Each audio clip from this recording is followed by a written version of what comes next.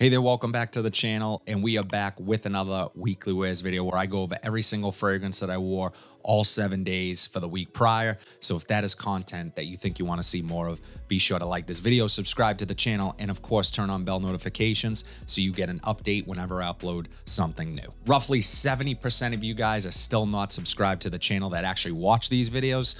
So what are you doing? Subscribe. We are approaching 9,000 subscribers. We are less than 100 subscribers away. My goal has been to hit 10K before the end of 2023. Only you can help get me there. So I would appreciate it if you guys subscribe to the channel for more content like this. But without further ado, let's jump right into it, starting with Sunday. So on Sunday, I went apple picking with the family. There was a lot of us. We did the hay rides. We did the apple cider donuts, the whole thing. It's something we look forward to as a family every year, and I'm sure a lot of you guys are doing the same with your families. And I wore a scent that I am now associating with apple picking. It was my scent last year, and I want to say even the year before that. I recently did a video on this one as to why I think this particular scent profile, not so much this scent, but this scent profile is ideal for this time of year. The fall weather, leaves falling, cool, crisp air, and all the things that come with it.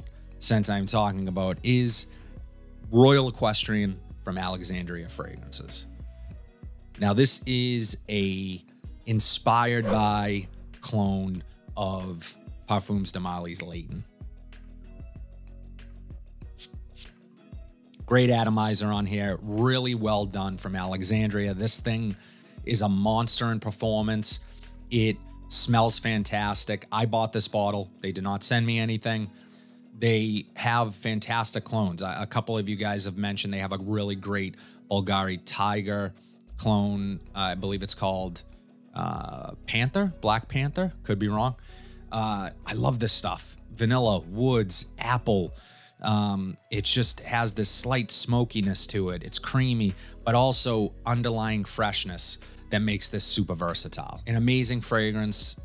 You know, Leighton, I love. The geranium in here is a little tapered back from Leighton. So if you've smelled Leighton and you're not into that sort of cooling menthol vibe that scent has, this, just know that Royal Equestrian actually it's a bit more subtle in here. It's there, it's still there, but it's not as in your face or prominent, which, to be honest, is one of the reasons why I grabbed this one over the Leighton. I had 2 decants, one of each, and I tested them for like a month or so and just decided to go with Royal Equestrian, and it is a lot cheaper as well. So fantastic scent. Definitely check this one out. Royal Equestrian from Alexandria Fragrances. So this next one that I wore on Monday, my wife, I put it on, walked through the kitchen maybe within 5 minutes of applying it, and she said, "Whoa, what are you wearing?"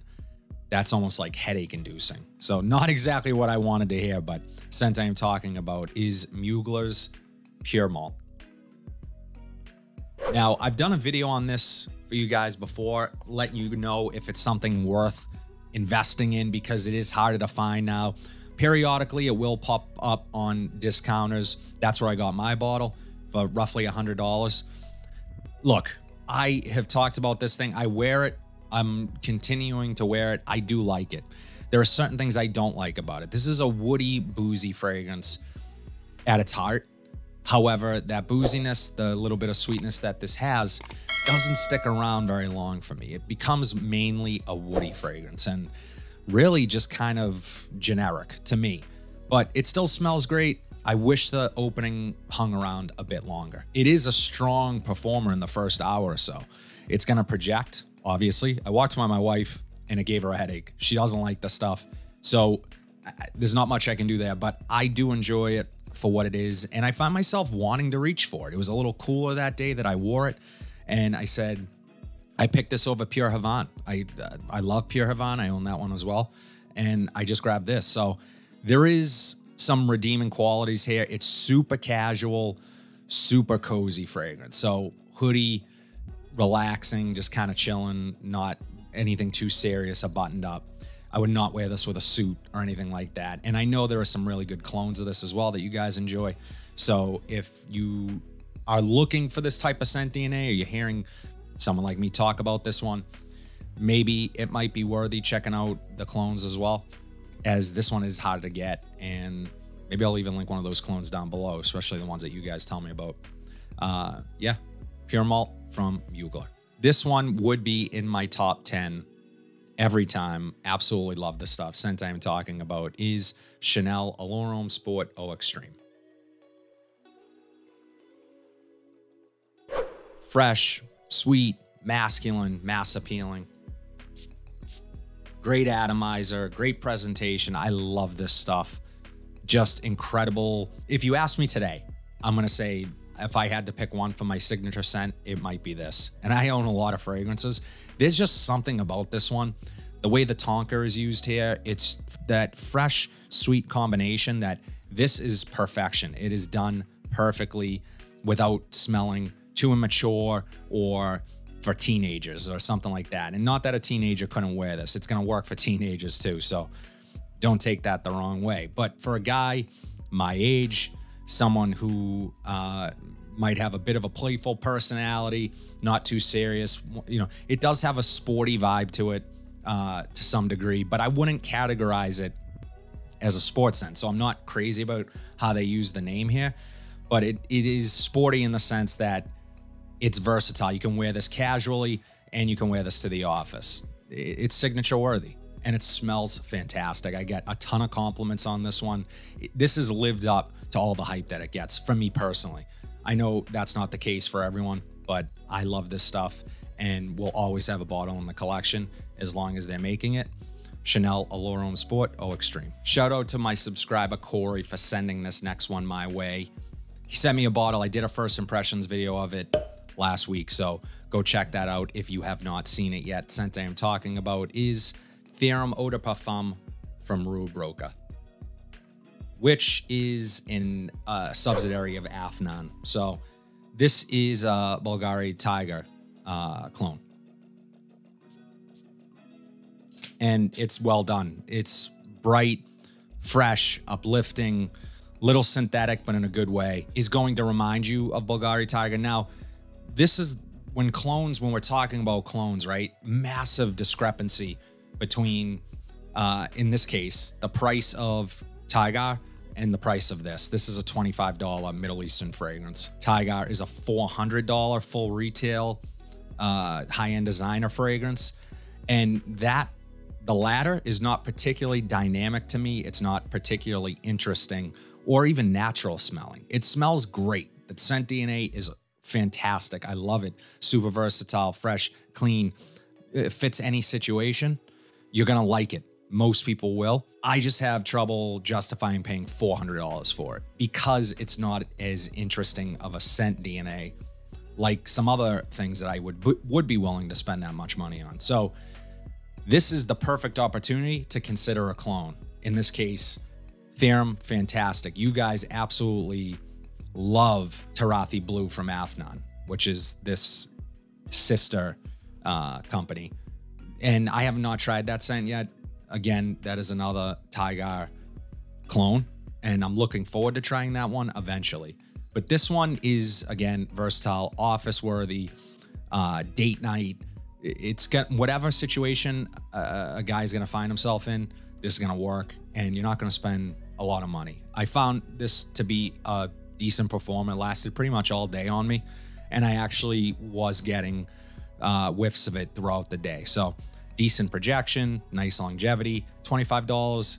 Yeah, you can't go wrong with this one. It smells great. Theum from Broka. So these next two I'm going to talk about together because they were given to me as a birthday gift. My actual birthday was on Friday. So the scent I wore on Thursday, they're both from the same house. Scent I wore is Santel 33 from Labo.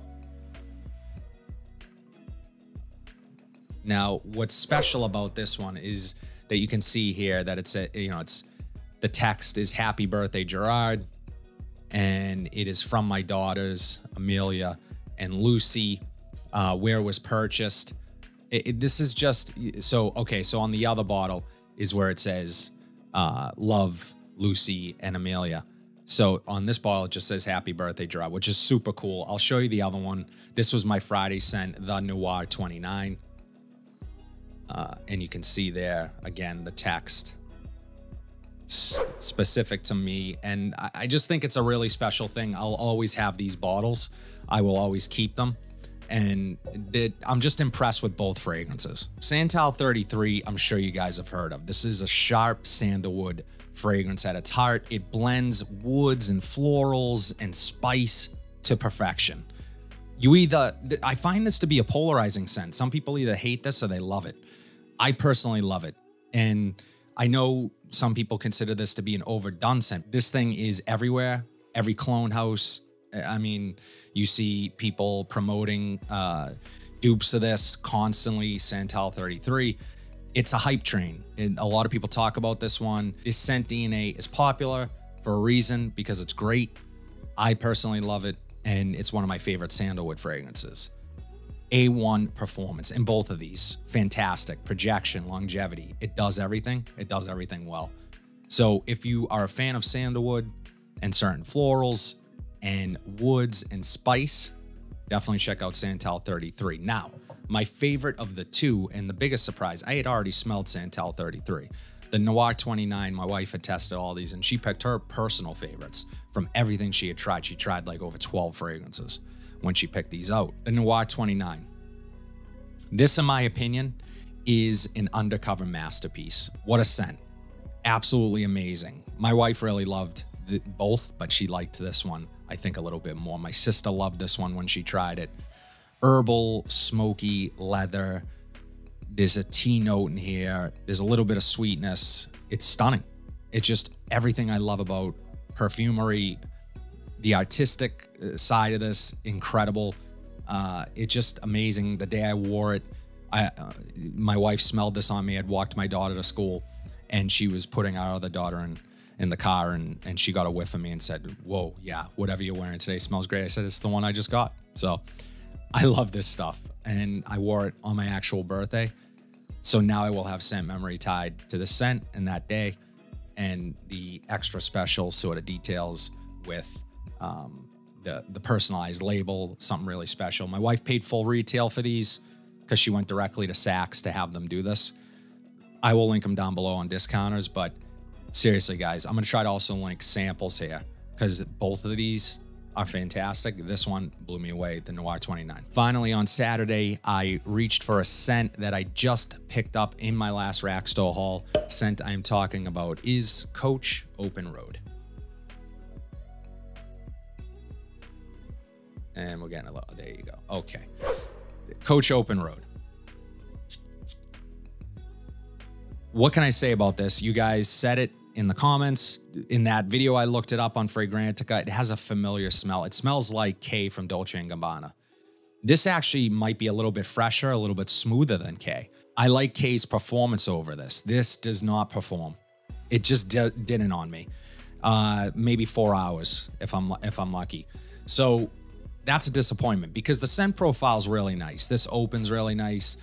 It's a departure from what you're used to smelling from Coach. Coach is most of their fragrances, like Coach, the OG Coach, Platinum, Blue, Green. They all sort of have a Dior Sauvage vibe to them. Lots of Ambrox and very mass appealing. This is a different take. This is versatile, masculine, a little bit fruity, woods, some spice, synthetic in a good way. You know, really fresh, uplifting. It does it all. It's just, I wish it lasted longer. It's nothing groundbreaking. It's nothing, it smells of good quality. For being a cheap fragrance, it smells really high quality and it's smooth. Like I said, it doesn't really come across as anything sharp or rough around the edges. I like this one, I do. I just wish it lasted longer. I mean, I paid $40 for it for the 60 ml. So, you know, it's on the higher end of the cheapy scale because it's not 100 ml and you're paying closer to $40 here. So nonetheless, it's a good scent. If you have it, you're going to smell great and it serves a purpose in the collection. So not a bad scent overall. Coach Open Road. As always, guys, let me know in the comment section down below what your weekly rotation was. I love hearing what you guys are wearing. It gives me ideas as to what I might grab next. Drop it in the comment section down below. If you like what you saw today, please be sure to like, comment, subscribe, share this video, hit that bell notification so you are updated whenever I upload new content. But until then, have a fantastic week, and I'll see you in the next video.